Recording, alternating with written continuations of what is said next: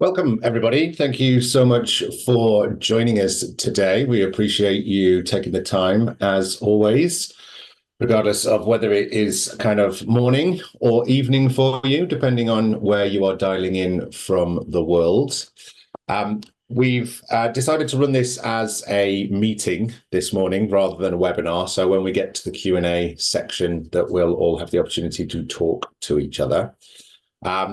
But I just wanted to welcome you before handing over for the main event. My name is Johnny. I'm from Opus Independence, the social enterprise behind the Festival of Debate.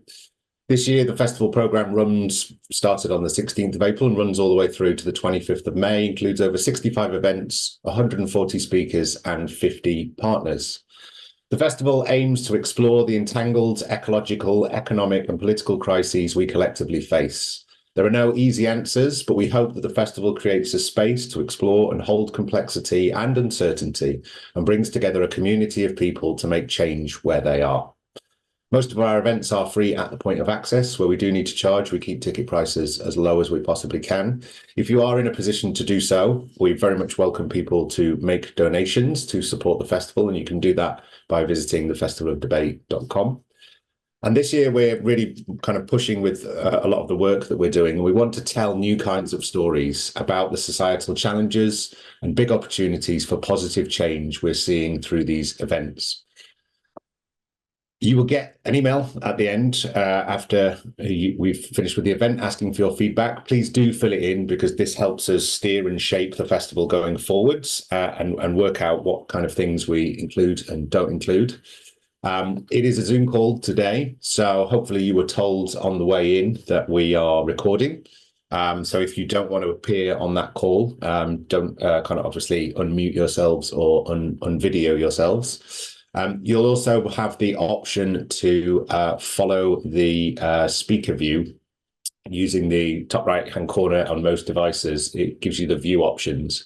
So I'll be able to kind of pin Ed on the screen and you'll be able to follow that rather than necessarily seeing the gallery view. A couple of housekeeping items. Obviously, if a fire alarm goes off today, definitely go and check because it's in your house because you're dialing in from remotely and it probably needs immediate attention. Feel free to grab a drink at any point if you want one. The event will run for approximately an hour. We'll have probably 25, 30 minutes-ish of kind of chat from Ed and sharing some information and insights behind the book. And then we'll be over to you for Q&A. Don't feel like you have to wait for asking a question. Just drop it into the chat. And if you could start that with the word like a Q or the word question, it just means when we're going back through those, it makes them easy to spot. And I'll just kind of reach out to you and ask whether you would like to ask that question directly. So I'll give you the ability to unmute at that point and ask Ed the question. Or if you want to ask a question, but you don't want to ask it yourself, you can also just direct message me with that. And I can ask it on your behalf. So let me just check the waiting room to make sure that everybody is in and connected. Yep, that looks good. So I will introduce Ed and the reason that you're all here today. So Edwards is a journalist, researcher, and policy analyst based in Adelaide. He has reported from Afghanistan, China, Mongolia, Malaysia, Indonesia, Timor-Leste, Vanuatu, and the Solomon Islands. His writing has appeared in the Saturday paper, the Washington Post, Foreign Policy, the Sydney Morning Herald, the Guardian, the Nation, the South China Morning Post, and the Australian. He is CEO of the McKell Institute, and as you are probably all aware, his forthcoming book is Divided Isles. So Ed, over to you. Johnny, thank you so much, mate. It's fantastic to be part of this incredible festival, and to everyone on the call, I really appreciate you popping your head in and learning about this remarkable story from this very unusual corner of the world in many ways, a long way from home for most of you, I'm sure. So I really appreciate every time anyone comes and wants to learn a little bit more about this beautiful part of the world that I've been lucky enough to report from. for the past few years. So I'm just going to briefly get up my screen. And what I'll be doing today is really running through this book that has just come out through Manchester University Press. I was lucky enough to have it come out about 7 or 8 months ago for the first time in Australia, and I'm now sort of on this international run, which is really quite exciting. I'm actually coming to you today from San Sebastian, of all places. The book came out about 10 days ago in the UK. I came over to London, did a little bit of press, and now I'm actually on my honeymoon. So I've been lucky enough to kind of squirrel away an hour from my wife. It's actually terrible weather here today in San Sebastian, so I'm looking forward to getting back into the rhythm of work for an hour while I'm on my honeymoon. But nevertheless, very happy to be here and appreciate everyone jumping online. What I wanted to do today really was to talk about, of course, about the nature of this book and sort of why I did it, and also introduce you to some of the characters of this story, that really bind the book. Now, this book is not necessarily like an academic tome. It's not a treatise. It's not a thesis on Solomon Islands. It's really a reported story about this remarkable geopolitical event that happened in the country back in 2019, and it traces the aftermath of that event over the next few years. And I was very lucky to be sort of on the ground at the right time at the start of this story, and have since been really on the front lines reporting on it for a lot of papers, and that's really how the book came about. What I want to do though to start with is just really briefly mention how on earth someone like me came to be telling this remarkable story from such an extraordinary corner of the world. And what I'll do today is really run through just not so much a detailed slideshow, but just show some of the most remarkable images that I was able to sort of take and see during the course of the reporting. But I wanted to begin with, how am I, this guy who's now on holiday in San Sebastian, how did I come to write a story about Solomon Islands, about this the sort of minutiae of Solomon Islands politics? Now, for many years, I've been, as Johnny mentioned in the introduction, I've been reporting from all over the world. I actually kind of almost hung up my journalism boots a little bit because as a freelancer, as anyone who's ever done that knows, you basically, spend half your life traveling around doing remarkable stuff, but at the end of the year, you have a few $1,000s in your pocket and you worry about how you're going to make ends meet. So I'd sort of gone back to Australia with my journalism tail in between my legs a little bit back in 2019. And started a bit more of a kind of routine job. But later in that year, I got this kind of a break of a lifetime, really, where the Guardian newspaper, their Pacific lead correspondent, had pulled out of this story. And I literally got a phone call and said, hey, we need you to get on the plane to Solomon Islands and to go and tell the on-the-ground story of what has just happened in terms of this big geopolitical event. Now, the event was what they call the switch. And the switch was this shift from Solomon Islands' long-standing relationship with Taiwan to China. Now, when that happened, there was a lot of colorful international commentary. We effectively saw, every Australian commentator. I don't know if many people here have many connections to Australia, but it was, the biggest news story in Australia for a long time. You had every commentator worrying that, this was the next step towards sort of China's domination of the Pacific. We had US senators and vice presidents and everyone in between basically threatening Solomon Islands. We even had some commentators say that because Solomon Islands had started this relationship with China, that Australia should potentially invade to stop the contagion spreading all across the South Pacific. So it became this sort of immediate problem for us, for us as sort of the people in the West, for international observers, for Western politicians. But at that time, in those early few weeks, there'd effectively been no reporting, apart from within the country, of course, and there's a really good media there, but from outside the country, there hadn't really been any reporting on what this looks like on the ground, what's actually going on. And I was lucky enough to head over to Solomon Islands just a few weeks after the switch occurred, and really tell that story, to actually go deep into the communities and get a sense of what was happening. Now, before I get into the nature of the switch, I'm aware that not everyone is super familiar with Solomons itself. It's a smaller country in the South Pacific on the other side of the world from the UK. So just very briefly, a little bit of background on the place. 700,000 people, archipelagic nation, former British colony until 1978. So it's been independent for close to 50 years and has certainly struggled economically ever since, or even during colonial period, but also since as well, and has left it largely dependent on foreign aid, development assistance, primarily from Australia. Since very early in Solomon's independence, it had a formal relationship with Taiwan as well. So that started in 1983, and it was effectively the most staunch ally, really, in many ways, of Taiwan. Now, recently, Solomon Islands actually ended, or back in 2017, it wound down, or there was this program called Ramsey that was wound down. Now, that was called the Regional Assistance Mission to Solomon Islands. And that was actually the longest ever peacekeeping mission in all of international history, effectively. A 14-year peacekeeping mission led by the Australians. And that was in response to effectively a complete state failure, state breakdown in the late 1990s into early 2000s.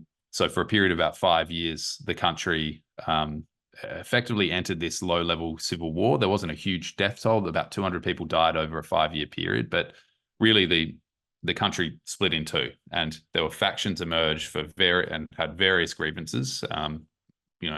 It's been kind of dubbed as ethnic conflict. It was much more complicated than that. There were a long-standing economic anger and a whole range of different reasons why different groups within the country had animus towards one another. But those tensions really rose to a head in 1998.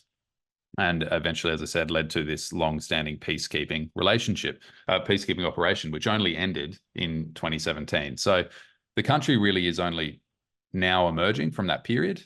It's just had another election in the last week, which I'll get to in a moment. But the events which I started reporting on really occurred after the 2019 election, which happened in April of 2019. Now, that election was the first in this post-Ramsey period. And it was really kind of the most important, I guess, electoral moment really in the country's history. Now, soon after that election occurred, we saw the re-emergence of a man to the leadership named Prime Minister Manasseh Sogavare. And very soon after he was re-elected, within the first few months, we saw this shift away from Taiwan. And then soon in September of 2019, Solomon Islands formally ended that relationship with Taiwan and opened this new relationship with China. And as I said, huge amount of fallout, huge amount of international concern about what was going on. My job was to get there on the ground and get a sense of what was actually going on. And what became very, very clear, and this is really where the genesis of the book came from, what became immediately clear is that this big 30,000-foot international geopolitical event had very tangible, very sort of material impacts to people on the ground. When I first arrived, I went to this island of Malaita.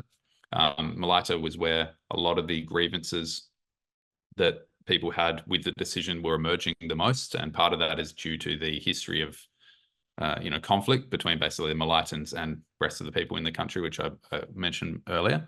But when I went onto the ground in Malaita, you saw that this decision made to end relationships with Taiwan immediately was disrupting lives.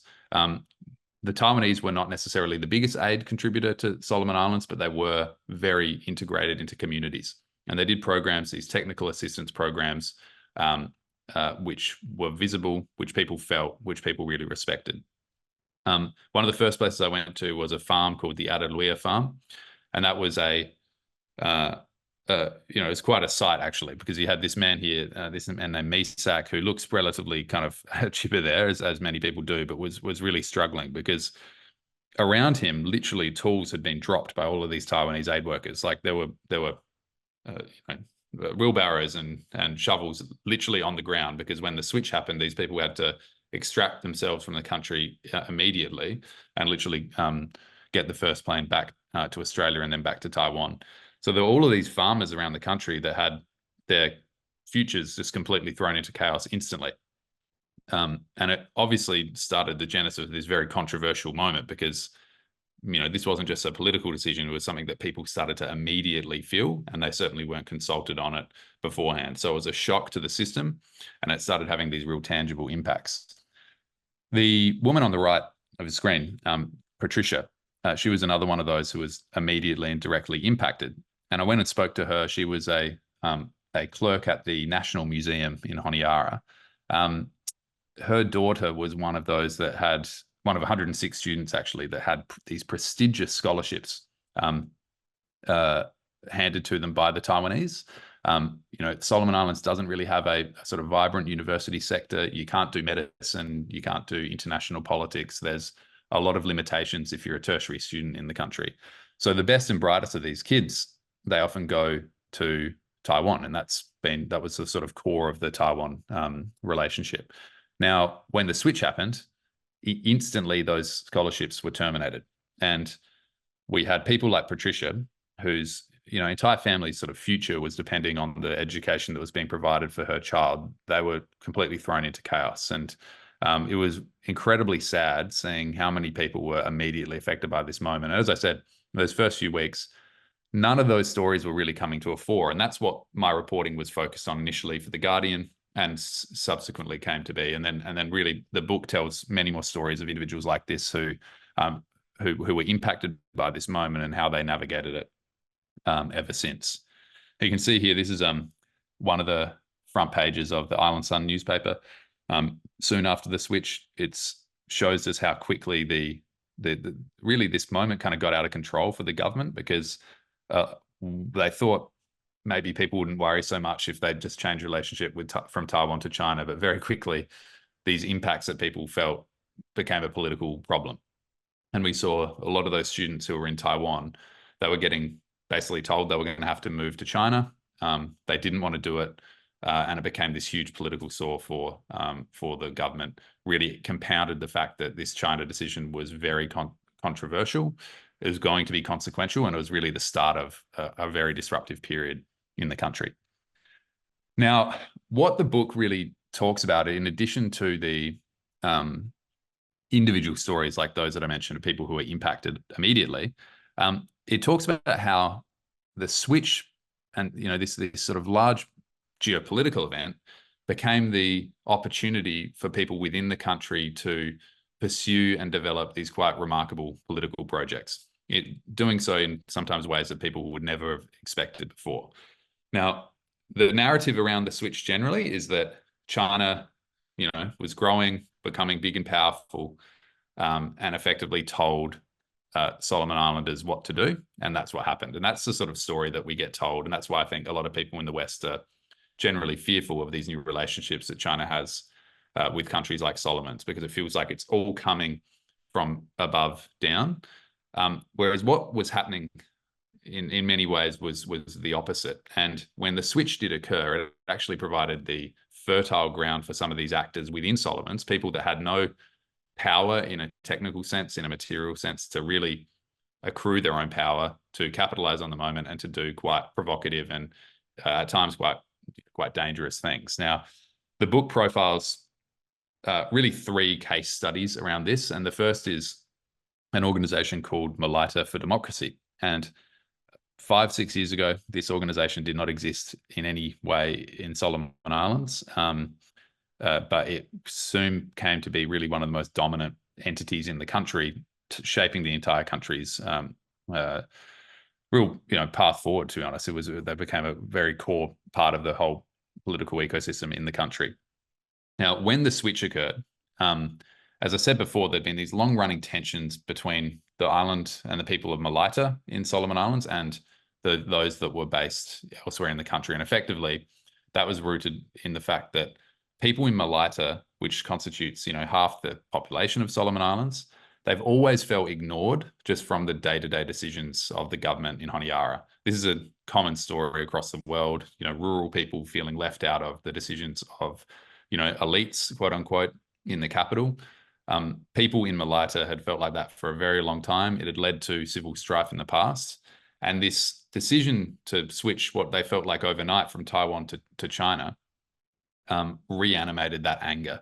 And in that moment, we saw individuals who had very ambitious and at times very dangerous ideas, particularly around the idea of an independent Malayan state. We saw them use the opportunity of this switch to basically pursue that gain, that project. In the days after the switch, we saw two men emerge from the ether, really, running an organization, mobilizing thousands upon thousands of people into the streets to protest the China switch. And they called their organization Malaita for Democracy. They were led by these two men, Richard Olita, Noxley Atu. And very quickly, it kind of stunned people that there was so much hatred effectively for this China decision and even for the Chinese Communist Party itself. And people were wondering where this was really coming from. And it was a coordinated, organized attempt from these two individuals in Malaita to effectively capitalize on this moment, build a movement, and pursue this very unlikely but potentially very dangerous path towards an independent state for their own island, which they felt had long been ignored. When I first went to Malaita and reported this story, these chimes, these no-need China signs were littered all across the, capital of Auki there. It was a pretty remarkable sight, and the anger and the fear towards the Chinese government was absolutely palpable. So the book really tells the story of this organization and how it came from the ether, capitalized on the moment, and started shaping the country's politics in ways that were often ignored when we talk about what was going on in Solomons from this very, very distant perspective. Now, what they did very quickly was they also didn't just create this protest movement, they actually bound their local government to their own demands. They effectively went in, having mobilized thousands of people on the street. They went to their local provincial leader with a list of demands, and within just weeks of the switch occurring, that provincial government had actually signed up to a thing called the Auki Communique.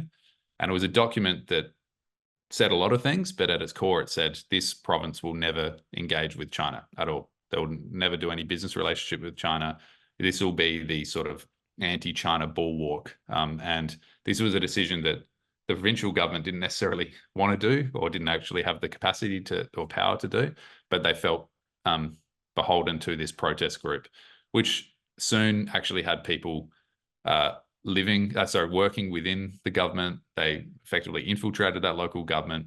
And it was a really remarkable thing to watch over time. This protest group led by two guys with literally no material power, effectively coming to control an entire provincial government, whose anti-China stance really became central to the divisions in the country over the next subsequent few years. And it's fast forwarding a little bit, but it's probably not too unexpected to see that this tension, this approach really did end up leading to some pretty bad outcomes. Malaita for Democracy, as it grew and grew as this more powerful anti-China entity in the country, they'd had success sort of pushing their local government. They wanted to do the same to the federal government, the national government there of Manasseh Sogavare, and that led to, unfortunately, a very violent protest at the end of 2021, which saw several people killed and even the Prime Minister's house ransacked.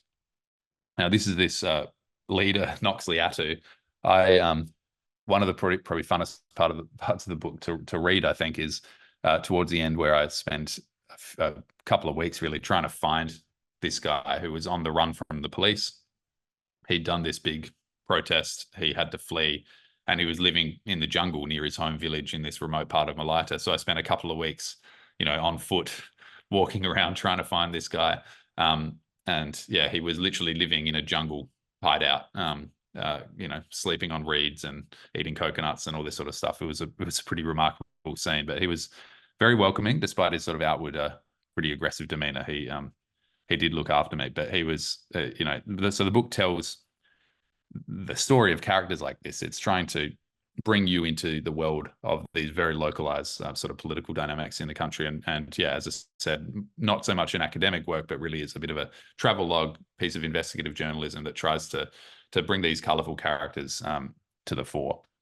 Now, the book, as I said, tells the story of Malaita for Democracy, this protest group, but it also talks about the politics itself and how some politicians in the country themselves capitalized on this moment of the switch to accrue extraordinary power over time. I mentioned that Malaita for Democracy had effectively coerced their local premier into adopting this very staunch anti-China stance very quickly after the switch occurred. And that is certainly what happened. So this man named Daniel Sidani had just been elected as the premier of Malaita province. He kind of came from nowhere. He was a school teacher just before his election. He only won his seat by 9 votes.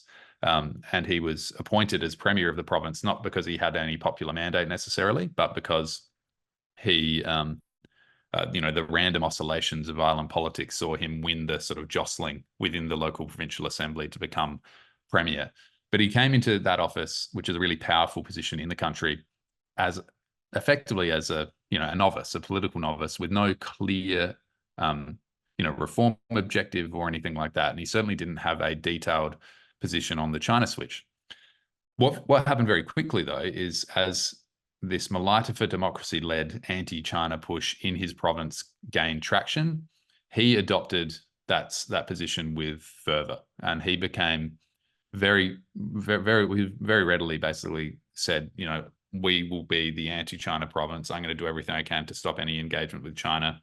And he lent into the opportunity, guided by a very clever, very sophisticated political advisor, this man named Celsus Talafilou. And Celsus Talafilou was a former advisor to the prime minister who was becoming their opponent. He was a very disgruntled actor, and he soon actually moved to the office of Premier Daniel Sidani to help advise him on how to capitalize on this moment, accrue power through this anti-China position. And what we saw over the next couple of years was not only Sidani lean into this anti-China position, he'd actually started to accept the idea of an independent Malaitan state and use that carrot of a prospective independent Malaita to actually entice the Taiwanese into a relationship with his province, which was actually against Solomon Islands law. And what they did, Sidani, Talafilou, a few other key politicians in Malaita, they travelled just ahead of the COVID-19 pandemic, travelled into Australia. They had these series of clandestine meetings with the Taiwanese government and effectively said, we want your assistance in lieu of China's lack of, capacity to invest in our island. And they created this effective relationship, this effective diplomatic alliance between the Taiwanese government, between the Malaitan government, that, as I said, was in contravention of the law, and was really being led and driven by this local provincial politician that 18 months earlier had not really had a perspective on this, or certainly hadn't had any capacity to shape Taiwanese foreign policy. Soon we saw huge consignments of aid flowing into Solomon Islands. Every single time that happened, Premier Sidani would unveil them in these quite public ceremonies, talking about the Taiwanese Malaitan friendship.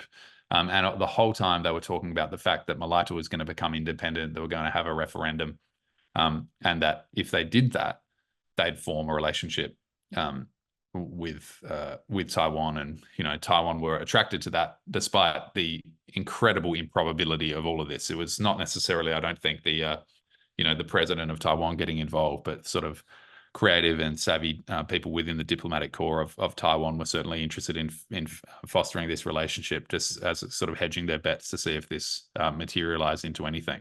But it was just this remarkable case study of these individuals without really much real power being able to dangle their future statehood in front of the Taiwanese to receive flows of aid and investment and all of this sort of support. And what that did for Daniel Sidani was make him lionized, not only within his own country, but within the international community as well. He soon became sort of a figure of anti-China resistance in the Pacific. He lent into this brand at home, and he actually soon started traveling around the world as a spokesman for how to push back against China. He, he's been spoken to US Congress and to key people all around the world. And it's been a remarkable rise for this man who came really from nowhere, lent into this anti-China movement in the country to accrue incredible influence and power. Now, he actually subsequently got ousted from his seat in the Malaitan Provincial Assembly because the numbers, shifted under his feet, people getting frustrated at the lack of delivery of certain projects, etc. And he ended up getting kicked out of his seat. But he has, and there has just been an election in Solomon Islands, actually won his seat back. So he's sort of had this rise and fall narrative in the book. And then as happens after you press publish, he's sort of back in the picture now. But his capacity to ride this wave of China, of anti-China sentiment in the country has been a remarkable thing to watch, and it's sort of a core narrative throughout the book. But of course, the book also talks about this, for those that are less familiar with Solomon Islands, one of the people that you may be familiar with is their Prime Minister, Manasseh Sogavare. He's a very long-term political figure in the Pacific, sort of one of the dominant and one of the sort of journeymen of Pacific politics. He's been around the traps for decades. Now, he has been able to use this China relationship, despite its lack of popularity within Solomon Islands itself, to accrue extraordinary influence amongst the international community and even at home. There's this sort of broader narrative outside of Solomon's that Sogavare is this sort of pro-China, almost a puppet. The book talks about the mechanics of how that isn't necessarily the case. He was actually a long-time supporter of the Taiwan relationship. There was a growing movement in Solomon's between 2018 and 2019, largely led by the ethnic Chinese business community there, but also by some backbench MPs who really wanted to normalize that relationship with China, and the relationship with Taiwan. And in doing so, many of these business figures and politicians felt that they would benefit, of course, but there'd be this broader economic benefit to the country. Sogavare wasn't the originator of this, but he was certainly open to it.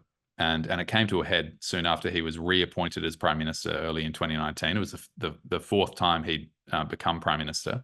And he was actually had a meeting with a bunch of these backbench MPs that said, if you don't support this switch or you don't advance this issue, we'll basically hold a motion of no confidence and kick you out of Parliament again. Sogavare is a very successful politician now in Solomon Islands. He's just secured, finished his first full term as Prime Minister, and the numbers are being counted in an election at the moment. There's a jostling for a coalition to be built. He may, in fact, emerge as Prime Minister again in a few days' time. But before that, he was a failed politician. He'd been around for 25 years. He'd had 3 runs at the prime ministership. Each had ended in pretty significant failure. He'd been ousted in motions of no confidence. He'd had run-ins with the Australian government. He was opposed to this peacekeeping operation in the country. And he was a very controversial and not particularly impactful figure in his first few prime ministerships. Now, in the China opportunity, he saw this remarkable chance to change his own political fortunes. Despite the lack of popularity within the country for the China switch, there was a popularity within the elite in the country for it. And he managed to embrace this moment to appease a lot of those people within his parliament by opening the door to this China relationship. Now, once that happened, he was also able to effectively cash in on it politically. He used the relationship with China to pursue these his pet projects, and one of them is this event called the Pacific Games, which happened late last year. It's been a project that Sogavare had wanted to do his entire career effectively. He'd personally lobbied for it in a previous prime ministership. Solomon Islands is such a low-income country, they simply didn't have any infrastructure to host such an international event. But he managed to use that relationship with China to get that off the ground. Probably more impressively, though, Sogavare has been able to use the China relationship to leverage huge concessions from the international community. For the last 20 or 30 years, countries like the United States have not paid any attention to Solomon Islands. There's not even a embassy there. I spoke to a lot of the aid workers over there in Solomon Islands. There's like 2 people from USAID working in Solomon, so there was a couple of years ago. There's this huge World War II issue, legacy issue in Solomons with unexploded ordnance. And what that means is all of the unexploded bombs from World War II litter the country. Many of them are US. They haven't been cleaned up. And also, Sogavara's relationship with Australia has often been deeply strained, and that's because he's always seen Australia effectively as a limiter of Solomon Islands sovereignty. And partially that's because during the Ramsay peacekeeping years, much of the sort of apparatus of state was actually controlled by Australian individuals. They had people, appointed to senior civil servant positions. They had an Australian running the National Police Force for a long time. And even one time when Sogavara's Attorney General many years ago, and the book talks about this story in detail, but one of his political appointees was effectively under investigation for a very horrible crime, it must be said. But the Australian Federal Police raided Prime Minister Sogavara's personal office. And you can imagine what would happen if, you had the US, the FBI or something raid 10 Downing Street. I mean, what an affront that would be to national sovereignty, national dignity, even if there was something justified within it. So Sogavara has always seen Australia with skepticism. He's always been concerned that the Australian aid program has been primarily about solving problems that the Australians wanted to be fixed instead of necessarily what people within Solomons wanted to fix. And he's been able to use the relationship with China not to actually get, real concessions and real projects for himself, which he's has been core to his sort of political story and journey. But he's been able to, suddenly become an important political figure. You see him there with the US president. I mean, the US has really stepped up its game diplomatically in the Pacific, in no small parts purely because of the Sogavara-China approach.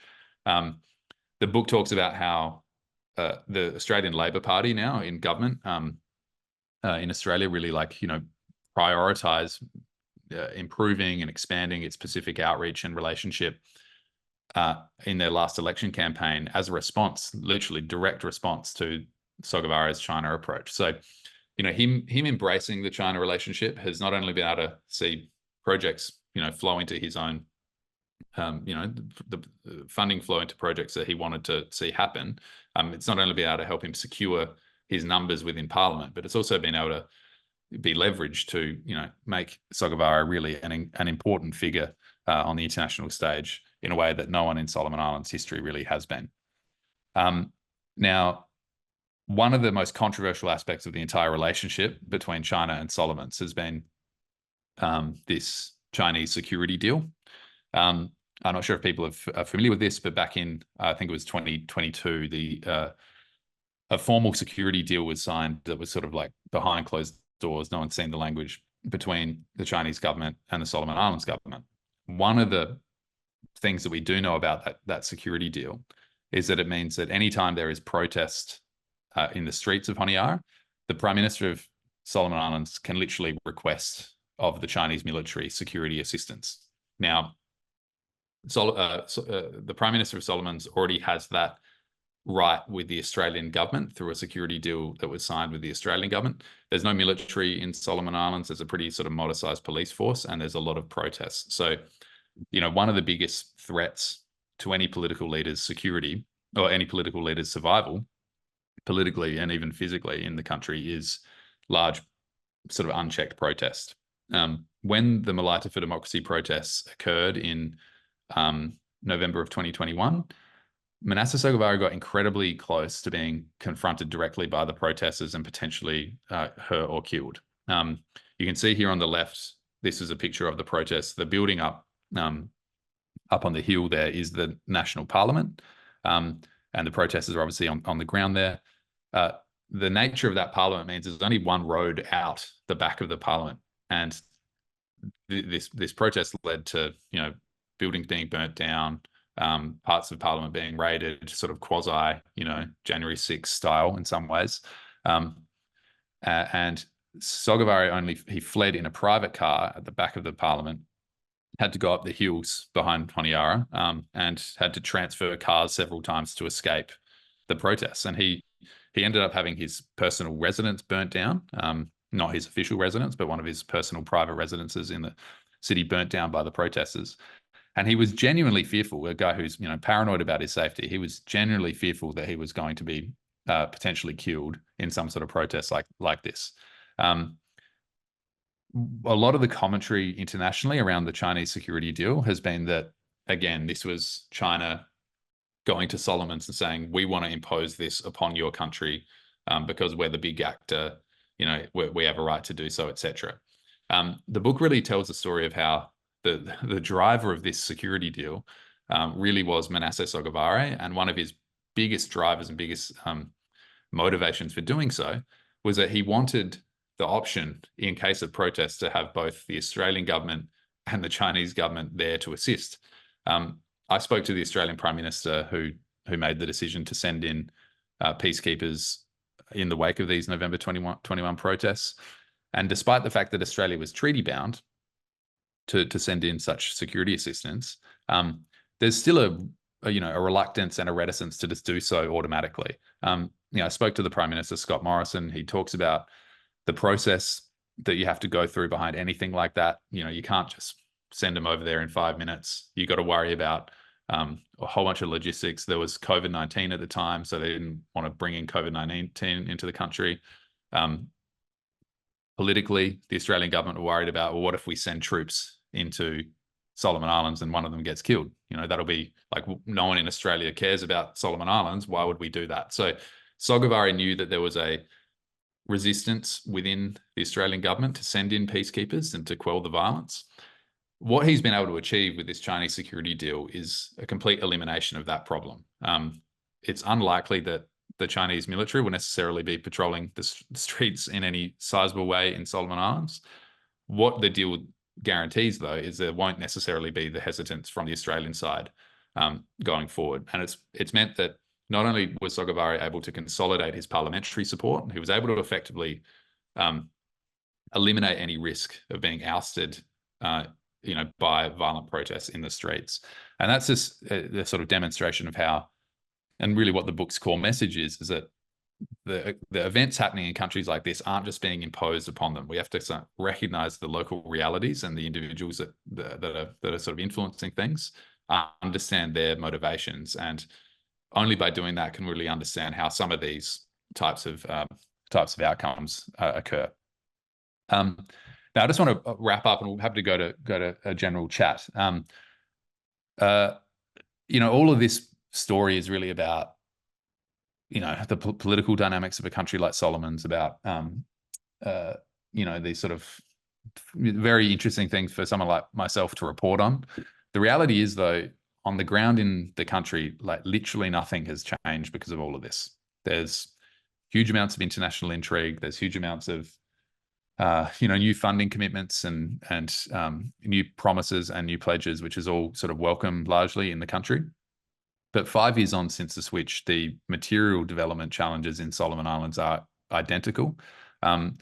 A lot of the Chinese investment that's flowing into the country is going solely into these pet projects of the Prime Minister. And unfortunately, even the Australian and US governments, et cetera, have also contributed to those types of projects and kind of playing a bit of a tit for tat with the Chinese government rather than solving real stubborn problems.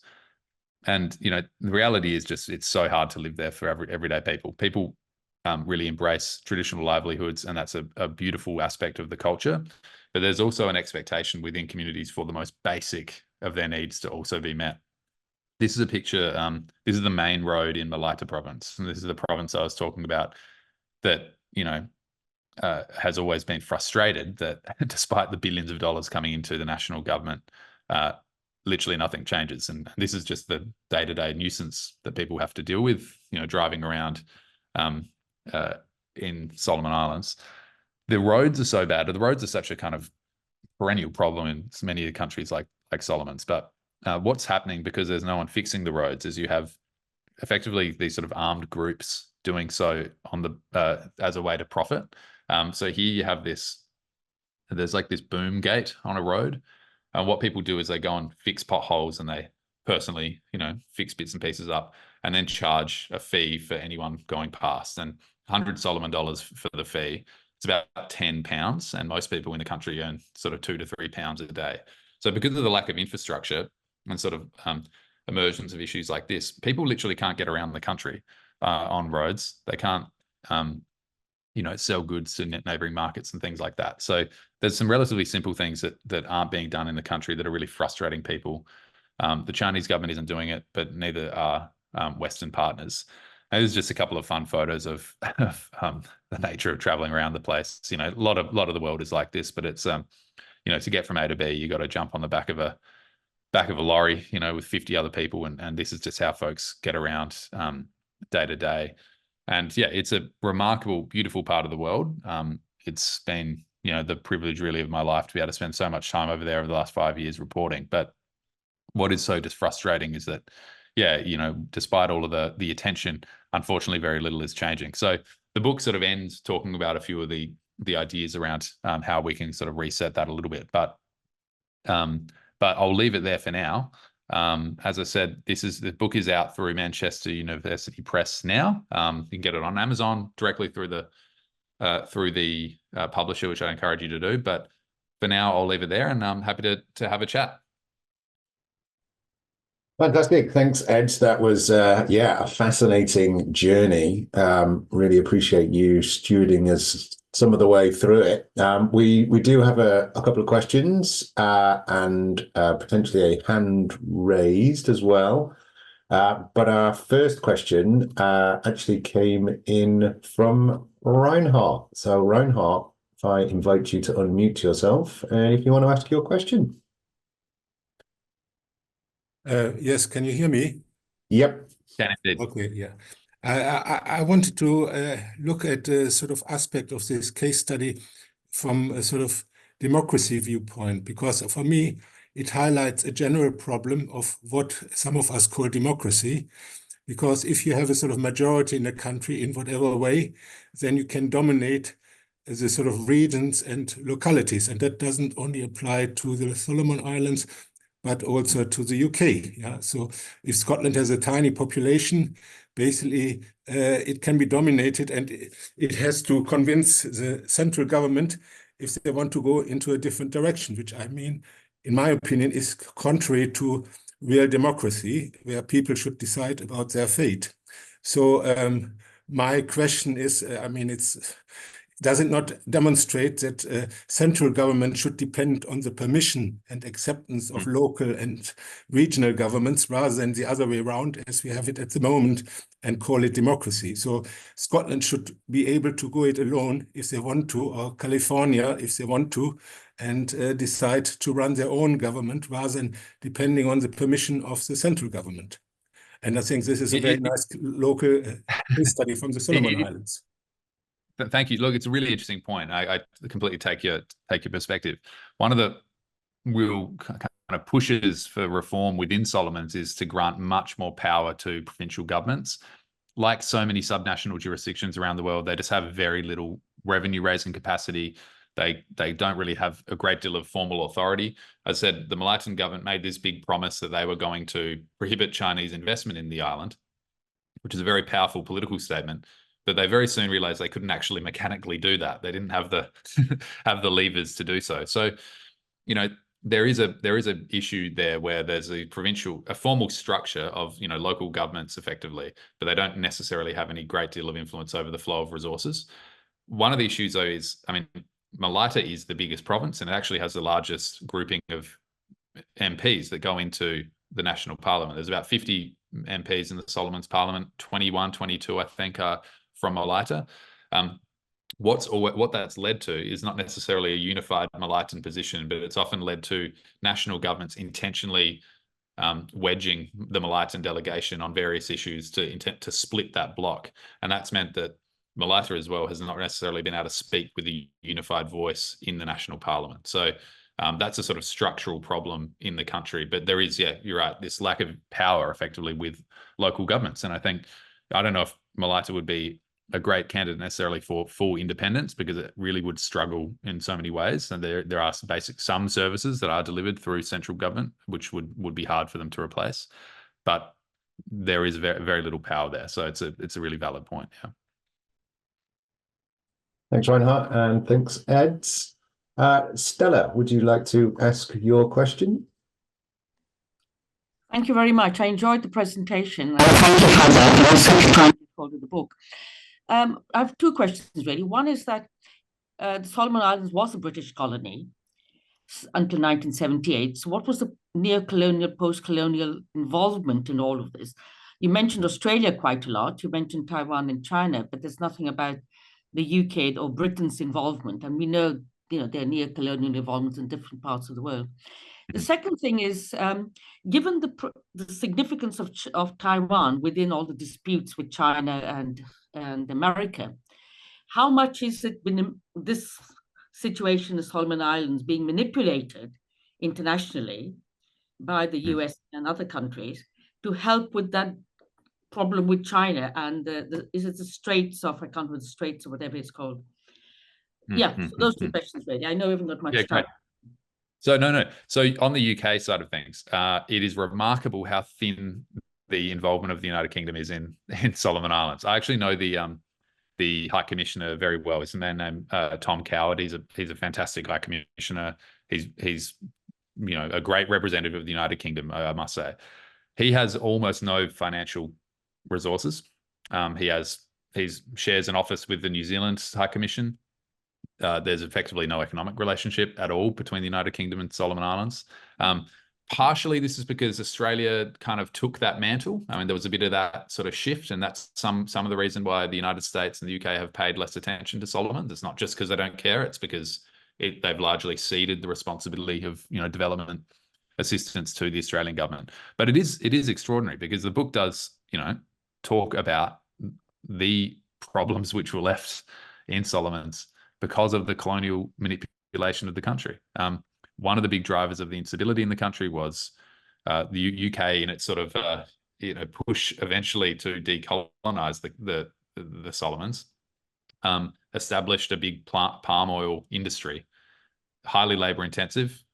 The area where they did that required a huge amount of labor to move from Malaita into the main island, and that was really the genesis of a lot of the familial sort of like actual fighting occurred, and the catalyst for the Civil War, effectively. It was because of a labour mobility program thrust upon the country by the UK administration there. There's not really, it's remarkable. Basically, there's not much involvement there at all. UK aid, not really there. So it's really, I'm not sure how to answer that specifically, because it is, generally just an interesting observation of mine that there's no UK involvement. Just remind me of the second question there related to China. Yes. So kind of the role of the Solomon Islands in relation to Taiwan, but also the wider picture that Taiwan is part of this big issue between China and the United States, for example, and how the Chinese want to incorporate Taiwan into China. A lot of resistance, particularly from the US, because of the position, the geographical position. And then therefore the political position. Yeah. Look, the book doesn't go into a huge amount of detail about sort of the broader Taiwan question. It's more certainly about, I guess, I wouldn't really have a fully considered view within this book on I could talk broadly about Taiwan and China and all that sort of stuff. But broadly speaking, though, I would say that Solomon's has been used as the Solomon relationship with China has been used as a point of evidence from people very concerned about China's growth that it is inevitable, that there's going to be conflict, that there's going to be, and that it's case study 101 of, China domineering the Pacific. And what I'm not necessarily a China dove. I have deep concerns about many aspects of Chinese foreign policy, but by just simply stating that narrative, we sometimes ignore all the local drivers and determinants. And that's why I wanted this book to really tell, how did this event happen? How did the various, shifts and oscillations occur? And often when you do that, you realize that, it wasn't necessarily Xi Jinping saying, we got to do this. It was actually, a Chinese business community within Solomon Islands that drove these relationships, or it was a political moment of the interest of this sort of actor in Solomon Islands itself. So the book really is a caution about just oversimplifying and saying we should be fundamentally worried about China's involvement because of its relationship with Solomon Islands. I don't think that's a reasonable narrative, but it does remain the dominant one. Thanks.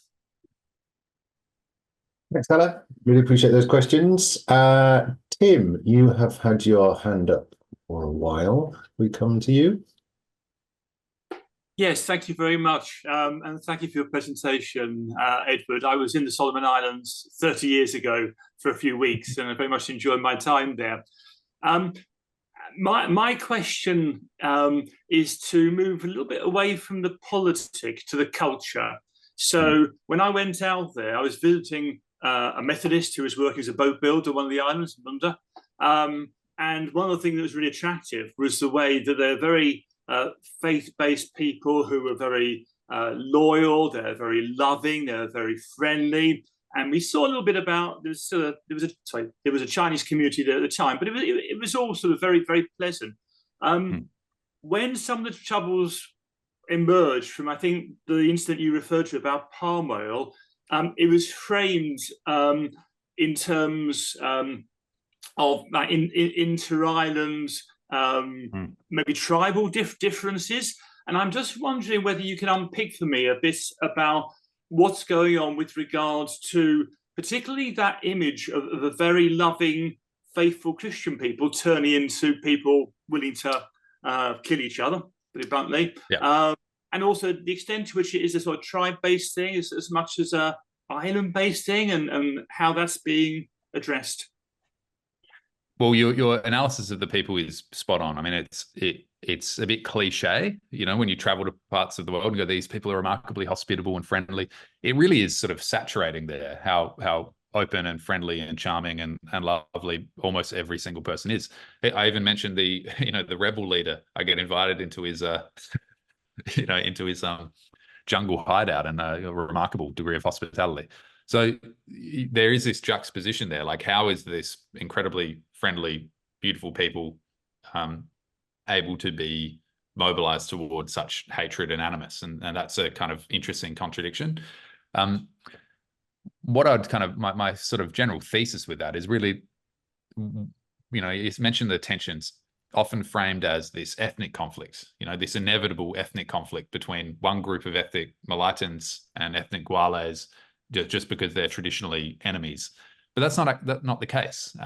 What has occurred is there's been this sort of systematic economic disenfranchisement of the majority population of the country, and that is ethnic Malaitans, and that's the island of Malaita, but also people, Malaitan people generally. They're the ones that do all of the manual labor jobs. They work in the tuna factories for $1 an hour, the most brutal types of work.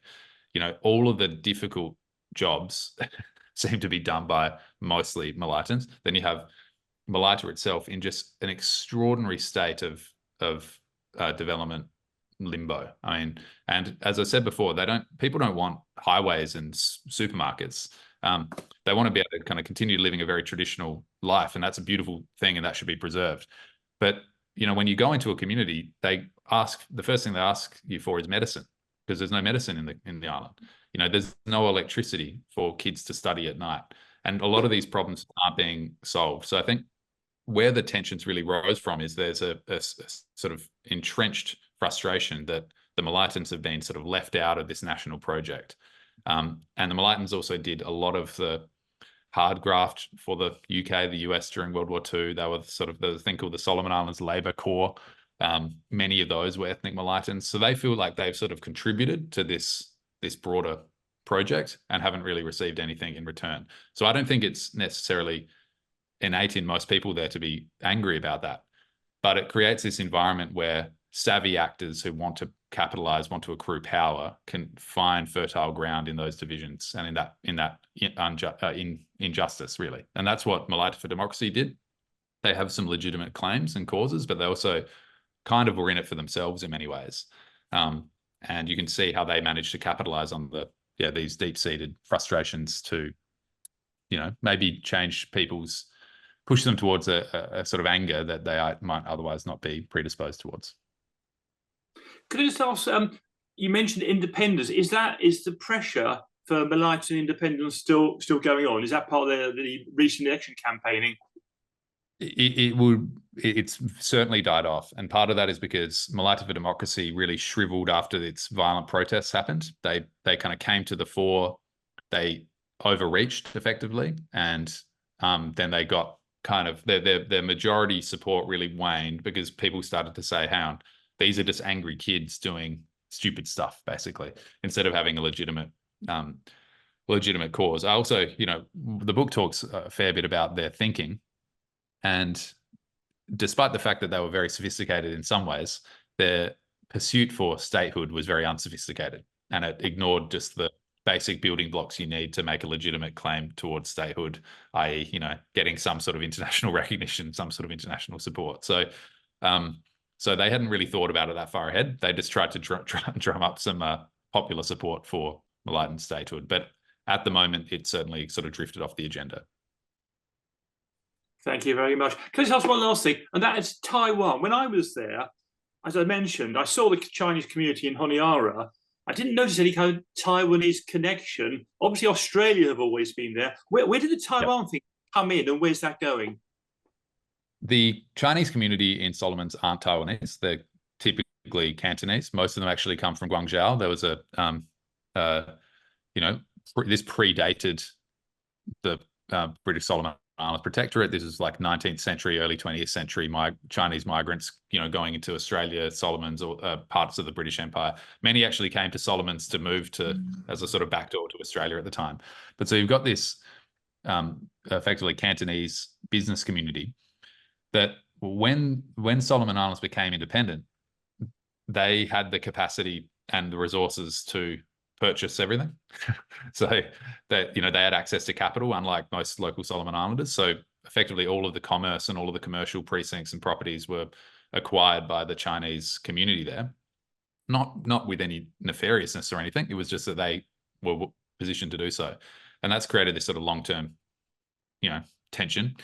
The Taiwanese relationship, though, came about largely because there's a guy called Solomon Mamaloni, former prime minister. He just personally saw value in the Taiwan relationship at the time, much more than the China relationship. This is back in the early 80s. Taiwan was sort of like, I don't know, seemed like maybe a more logical bet, closer to the US, other things, various reasons.